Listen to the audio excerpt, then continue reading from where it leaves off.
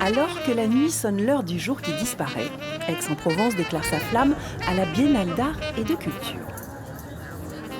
C'est beau de voir le cours Mirabeau plein à craquer pour regarder des bougies, mais de très belles bougies. C'est vrai, c'est très artistique. C'est magnifique, c'est vachement beau.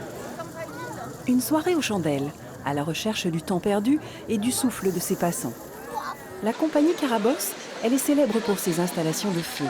Il lui a fallu 8 jours pour mettre en place ses créations éphémères, 1200 pots de terre, un chandelier géant, afin de rendre l'architecture plus vivante. Depuis 25 ans, en fait, nous, on travaille vraiment à réécrire, à une réécriture de l'espace public avec notre langage artistique.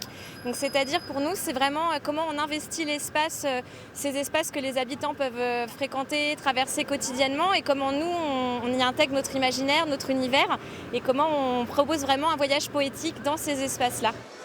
La Biennale d'art et de culture, c'est durant 3 semaines 60 propositions artistiques. De la danse, de la musique, du cirque et des performances, comme celle du collectif Lieu Public qui proposait hier une promenade à reculons, histoire de bouleverser nos habitudes. C'est un exercice quand même très particulier, marcher en arrière, c'est un exercice d'équilibre, c'est un exercice de posture, de rythme.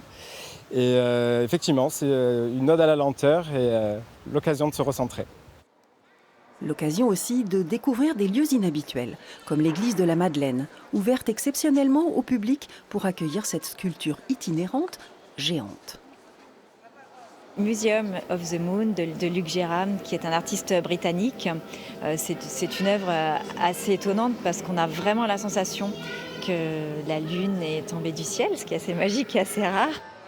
Si vous voulez continuer de rêver la tête dans les étoiles, la Biennale d'art d'Aix-en-Provence vous donne rendez-vous jusqu'au 9 octobre.